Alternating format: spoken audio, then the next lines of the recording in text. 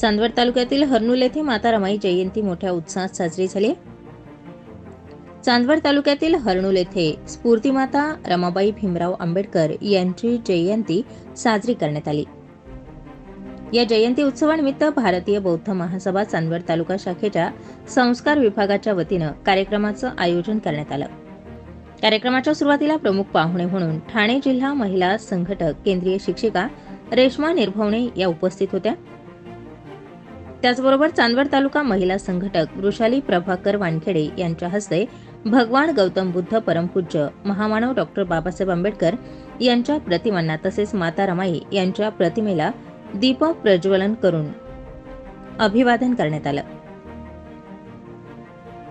त्यागमूर्ती माता रमाईंचं बालपण कौटुंबिक, सामाजिक व त्यागमय जीवनकार्य प्रबोधनाद्वारे केंद्रीय शिक्षिका ठाणे जिल्हा महिला संघटक रेश्मा निर्भवणे यांनी एक पात्र रमाई या जीवनावर जमलेल्या समाजातील महिलांना प्रबोधनाद्वारे माहिती दिली। तालुक्यातील तमाम बौद्ध उपासक, उपासिका व आंबेडकरी बौद्ध अनुयायी बंधू भगिनी या कार्यक्रमाला बहुसंख्येने उपस्थित होते। माता रमाई यांच्या जयंती उत्सव कार्यक्रमानिमित्त चांदवड तालुका अध्यक्ष, उपाध्यक्ष, सर्व कार्यकारिणी कमिटी तसेच जिल्हा सरचिटणीस, चांदवड तालुका महिला संघटक, सर्व भारतीय बौद्ध महासभेचे कार्यकर्ते उपस्थित होते। माझा जन्म दाभोळजवळ असलेल्या वनन गावात झाला। माझा बा विष्णू धोत्रे, आईचं नाव रुक्मिणीबाई, थोरली बहीण अक्का, धाकटी बहीण गौरा आणि धाकटा भाऊ शंकर, म्हणजे आताच्या कुटुंबात व्यास मोठी होती। माझा बा दाभोळच्या बंदरावर माशांच्या टोपल्या उचलायचं, ओझी उचलायचं काम करायचं। माझी आई घरकाम करायची। तशी आमची परिस्थिती बेताचीच होती। आमच्या घरात कधी 2 टायमाचं अन्न म्हणून पोटभर शिजत नव्हतं। आम्हाला लेकरांना पोटभर अन्न मिळावं म्हणून माझा आई बाप अर्धपोटी उपाशी राहायचे। अर्धपोटी उपाशी राहिल्यानं आणि वजी उचलल्यानं माझ्या बाच्या छातीत दुखायचे, पण माझ्या बाने छातीचं दुखणं कधी घरला सांगितलं नाही। बाचं हे दुखणं पुढे पुढे जाऊन वाढतच गेलं। बाला खोकल्याची उबळ यायची। तुम्ही म्हणता ना खोकल्याची उबळ 5-5 मिनिटं थांबत नसायची, अशी उबळ यायची। माझ्या आईनं जीवात लय बिघडत चालली होती। तिला तशात आतून धरलं होतं, तिला जेवण बी जायला। एक दिवस गौरा, शंकर आणि मी आम्ही घराच्या बाहेर उभं होतो। घरामध्ये लय माणसं जमली होती। माझ्या बाच्या डोळ्यात पाणी होतं। माझा बा डोळ्यात पाणी आणून इकडून तिकडं तिकडून इकडं घरभर धावत होता। मला तर काय बी समजेना आणि मला कोणी आतमध्ये बी जाऊ देईना।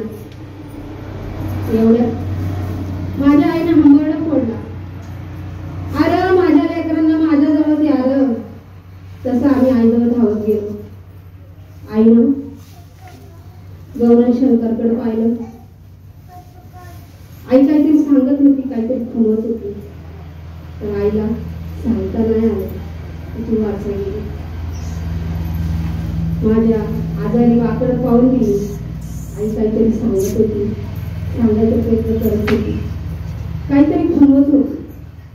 तेवढ्यात आईला जोराचा ठसका गेला। आईला ठसका गेला तसं आईनं पाणी मागितलं। विठाबाईनं आईला पाणी दिलं, तर आईला ते पाणी पिता नाही आलं। आईला जोराचा गेलेला ठसका थांबलाच नाही। थांबला तो रक्ताची उलटी। बौद्ध जनसेवा महाबोधी पृथ्वीवर हर्नुल तसेच भारतीय बौद्ध महासभा तालुका शाखा चांदवड या समितीचे सन्माननीय तालुका अध्यक्ष आदरणीय उत्तमराव वानखेडे यांची संपूर्ण कमिटी या ठिकाणी मोठ्या उत्साहामध्ये या ठिकाणी माता रमाईची जयंती संपन्न झाली आहे। त्या प्रसंगी सर्व तालुक्यातील महिला, उपासिका, बालक, बालिका, कार्यकर्ते, पदाधिकारी मोठ्या संख्येने या ठिकाणी उपस्थित होते आणि अशा पद्धतीने माता रमाईची जयंती मोठ्या उत्साहात साजरी झाली। त्यानिमित्त मी संपूर्ण तालुक्याच्या वतीने, तालुका शाखेच्या वतीने माता रमाईच्या जयंतीच्या खूप खूप शुभेच्छा देतो आणि या ठिकाणी माझे 2 शब्द संपवतो। जय भीम, नमो बुद्धाय। स्टार 24 फास्ट न्यूजसाठी गंगाधर वानखेडे, चांदवड.